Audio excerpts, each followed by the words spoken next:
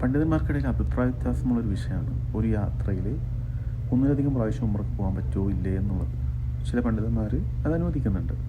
നബി സല്ലല്ലാഹു അലൈഹി വസല്ലം ആയിഷ റളിയല്ലാഹു അൻഹയ്ക്ക് അനുവാദം കൊടുത്തതാണ് അവർ അതിന് തെളിവായിട്ട് പറയുന്നത്. എന്നാൽ വേറെ പല പണ്ഡിതന്മാരും പറയുന്നത് അത് ആയിഷ റളിയല്ലാഹു അൻഹു പ്രത്യേകമായി നൽകിയതാണ്. നബി സല്ലല്ലാഹു അലൈഹി വസല്ലം തന്നെ ഒരു യാത്രയിൽ ഒന്നിലധികം തവണ ഉംറ ചെയ്തിട്ടില്ല. സ്വഹാബികൾ പലരും മക്കത്ത് താമസിച്ചിട്ടും അവർ ചെയ്തിട്ടില്ല. അതുകൊണ്ട് ചെയ്യേണ്ടതില്ല എന്ന് പറയുന്നു.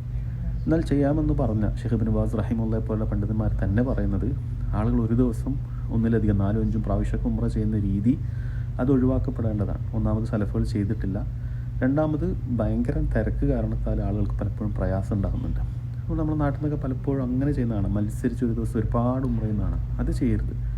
എന്നാൽ മരണപ്പെട്ട ആർക്കെങ്കിലുമൊക്കെ വേണ്ടി ഉംറ ചെയ്യണമെങ്കിൽ ഒരാളൊരു യാത്രയിൽ ഒന്നിലധികം ചെയ്താൽ അത് തെറ്റാണെന്ന് പറയാൻ കഴിയില്ല. അല്ലാഹു അഅലം.